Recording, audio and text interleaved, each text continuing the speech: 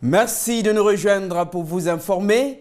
À la une de ce journal, les réseaux sociaux sont des canaux de communication importants et incontournables.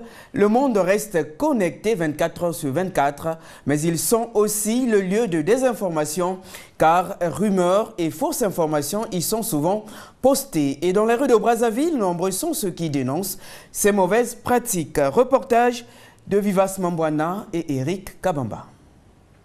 Créés à la base pour échanger entre individus, les réseaux sociaux sont aujourd'hui utilisés à des fins quelquefois obscures. Des rumeurs et des fausses informations y sont souvent postées, ce qui pousse certains Brazzavillois, adeptes des réseaux sociaux, à remettre en cause la fiabilité des informations véhiculées.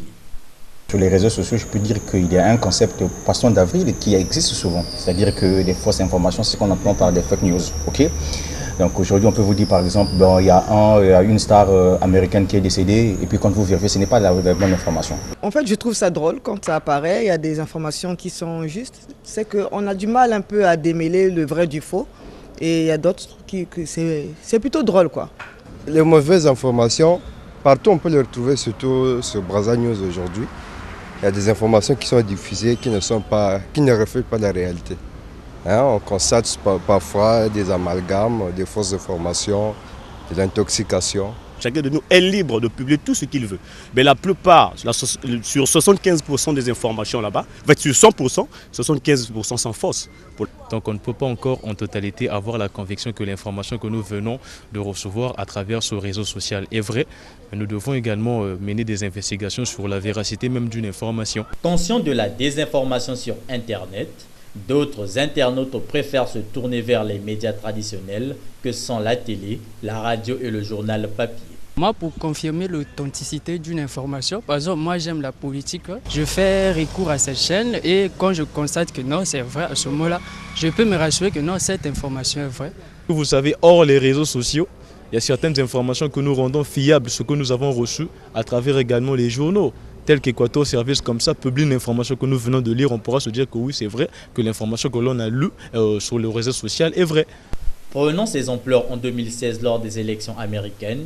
Les fake news, fausses informations en anglais, ont tiré leur succès de l'avènement du web 2.0.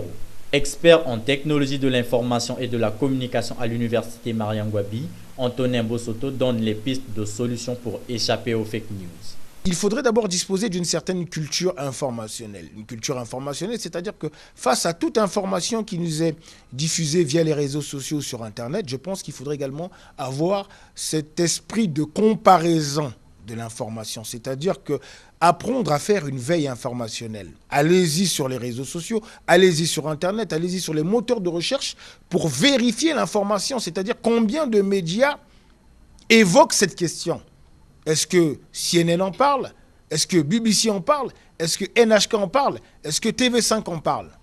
À partir du recoupement des différentes informations proposées par ces médias traditionnels, on peut savoir si une information est véritable ou fausse. Afin de connaître la véracité d'une information, il est conseillé aux internautes de se poser des questions sur les auteurs, les objectifs et la nature du site. Les détenus de la maison d'arrêt de Brazzaville, candidats aux différents examens d'État, sont prêts à affronter le bac général, le BEPC et le CEP. Ils ont exprimé leur détermination ce lundi en présence du directeur général de l'administration pénitentiaire, le colonel Jean-Blaise Como, qui les a dotés et des kits scolaires. Steven Elenga, Anthony Gonza. Tenues sportives pour les épreuves pratiques de l'éducation physique, des boîtes de mathématiques, des calculatrices et des stylos. Tel est le contenu de ce kit offert aux détenus de la maison d'arrêt de Brazzaville, candidats aux examens d'État.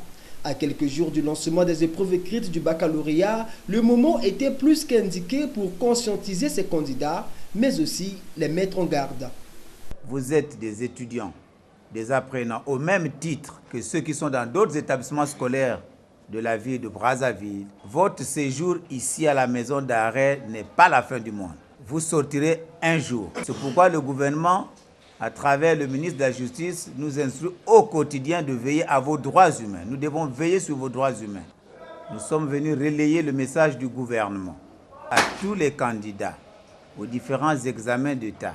nous ne ferons jamais quartier pour ceux qui vont tricher. Et nous ne serons pas comptables de votre comportement en matière de fuite.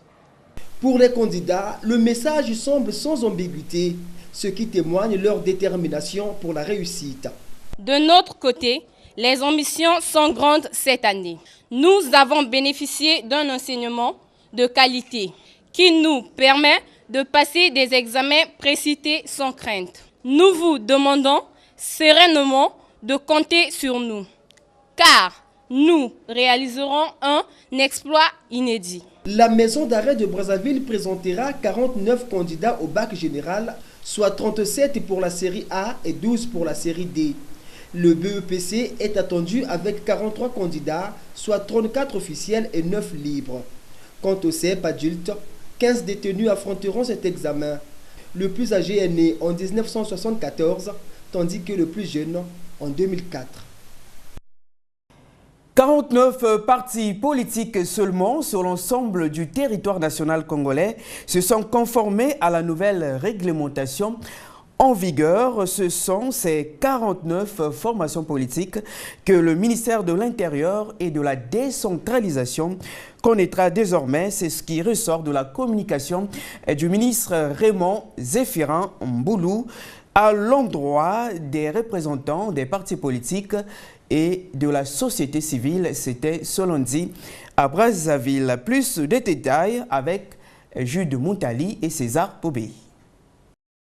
Au cours de cette communication, le ministre de l'Intérieur et de la décentralisation, Raymond Zéphirin Mboulou, a indiqué que c'est depuis mai 2017 que la loi numéro 20/2017 sur les conditions de création et les modalités de financement des partis politiques a été promulguée. Un délai de 6 mois a été accordé à toutes les formations politiques afin de se conformer à cette nouvelle réglementation. À ce jour, seuls 49 partis politiques sont en règle, a indiqué Raymond Zéphirin Mboulou. On avait la première loi qui datait de 2006. Mais cette loi, on a eu à travailler, on a donné des délais. Ça n'a pas marché. Qui peut dire? Vous voulez que je ressorte encore les dossiers des partis qui s'étaient conformés à cette loi de 2006? Je crois que tout le monde là, il y en a. Après, nous avons pris cette nouvelle loi. Je crois que nous avons dit cette loi a été promulguée depuis mai 2017. Nous sommes aujourd'hui en juin. Donc les partis ont eu la possibilité de s'imprégner de la loi. Aujourd'hui, à la date d'aujourd'hui, nous en reconnaissons 49. Le processus ne s'arrête pas tant que les gens veulent créer leur parti, mais il faut se conformer à la loi de 2017. La liste de ces 49 partis politiques sera affichée au ministère de l'Intérieur et de la décentralisation et à l'hôtel de la préfecture de Brazzaville. Et cette communication du ministre de l'Intérieur et de la décentralisation a suscité des réactions du côté des représentants des partis politiques. La plupart d'entre eux pensent qu'il n'est pas encore temps d'appliquer cette nouvelle loi sur les partis politiques en République du Congo. César Bobé. Christophe Mukwege, premier à réagir dans la salle après la communication du ministre de l'Intérieur et de la décentralisation, pense que l'application actuellement de cette nouvelle loi sur les partis politiques est une menace à la démocratie. Il n'est pas souhaitable. Nous pouvons encore travailler davantage, même sans mettre en cause cette loi, on peut encore travailler davantage. Ce n'est pas la peine de chercher à afficher les 49 là, et pour dire qu'il n'y a que ceux-là que nous connaissons, et que désormais, il n'y a que ceux-là qui ont droit à la vie politique dans ce pays. C'est très grave. Je vous assure. Pour les autres représentants des partis politiques qui ont réagi par la suite, le Congo a comme priorité la gestion de la crise économique et non l'application de cette loi. Quand vous parlez des sièges dans tous les partis, dans tous les départements, le problème de fond c'est quoi? C'est l'argent. Aujourd'hui, les salaires ne passent pas, les pensions ne passent pas. Comment voulez-vous que nous payions les loyers régulièrement? Non, monsieur le ministre, il y a un problème de fond. Ce qui est essentiel ici, en tout cas, ce qui est essentiel pour le peuple congolais, c'est résoudre les problèmes sociaux. 2018 est marqué par une crise économique et financière profonde. Alors, aller donner un coup de pied dans la fourmilière des partis politiques, je crains, monsieur le ministre, sans bien entendu m'opposer à l'application de la loi, encore que les autres l'ont dit, on aurait pu étendre cela à d'autres secteurs. Si vous allez donner un coup de pied dans la fourmilière des partis politiques, monsieur le ministre, vous avez décidé d'ouvrir à nouveau la boîte de Pandore. Le Congo a connu plusieurs lois sur les partis politiques. Celle de 2017 devrait prendre en compte que les nouveaux partis pensent-ils. Monsieur le ministre, le Congo se veut un état de droit. Un état de droit, c'est le gouvernement par la loi. Vous-même, vous vous êtes référé abondamment à la loi. Or, l'article 2 du Code civil congolais dispose que la loi ne dispose que pour l'avenir. Une loi n'a pas d'effet rétroactif. Aujourd'hui, monsieur le ministre, vous nous promettez comme ça qu'il n'y a que 9 associations qui sont conformes ou encore reconnues. Monsieur le ministre, je ne dirais pas comme mon cher frère, grand frère que je suis estomaqué, mais c'est un peu absurde, monsieur le ministre. Répondant à ces préoccupations, le ministre de l'Intérieur et de la décentralisation, qui s'est référé aux articles 47 et 50 de la nouvelle loi sur les partis politiques, a indiqué que celle-ci abroge toutes les dispositions anciennes et il est temps de l'appliquer.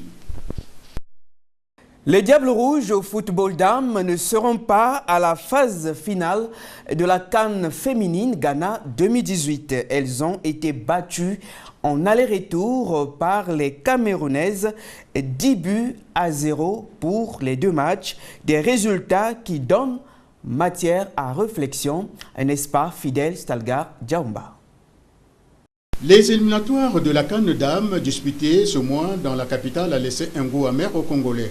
La prestation des dames des Diables Rouges a été en dessous de l'espoir dans un pays où le championnat féminin n'existe que de nom. Le résultat n'étonne pas les amoureux du ballon rond. Au sortir du match aller 5 buts à 0 devant l'équipe du Cameroun, certains spectateurs ont pu s'exprimer, par contre d'autres non. On peut retenir que le meilleur a gagné. De toutes les façons, la hiérarchie a été un peu respectée entre le Cameroun et le Congo, vu que la dernière fois le Cameroun est allé jusqu'aux demi-finales pendant 3 années de suite. Mais aussi la leçon, c'est qu'avec quelques efforts, l'équipe pourra se relever, parce que je pense que l'équipe est jeune. Non, je n'ai rien dit, merci. Ok, rien à dire. C'est décevant. Et qu'est-ce qu'il faut faire? Il faut beaucoup travailler.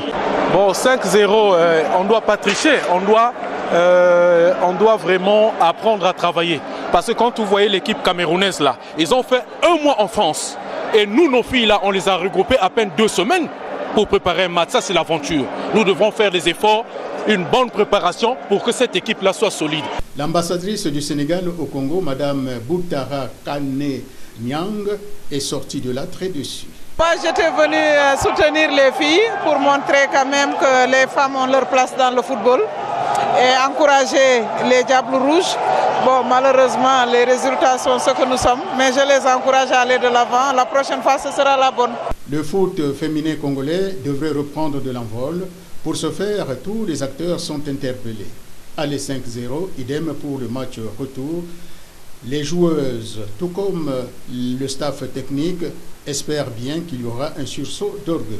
Enfin, dans le cas des éliminatoires de la Coupe du Congo de football, voici les principaux résultats qui ont été enregistrés dans les quarts des 16e de finale.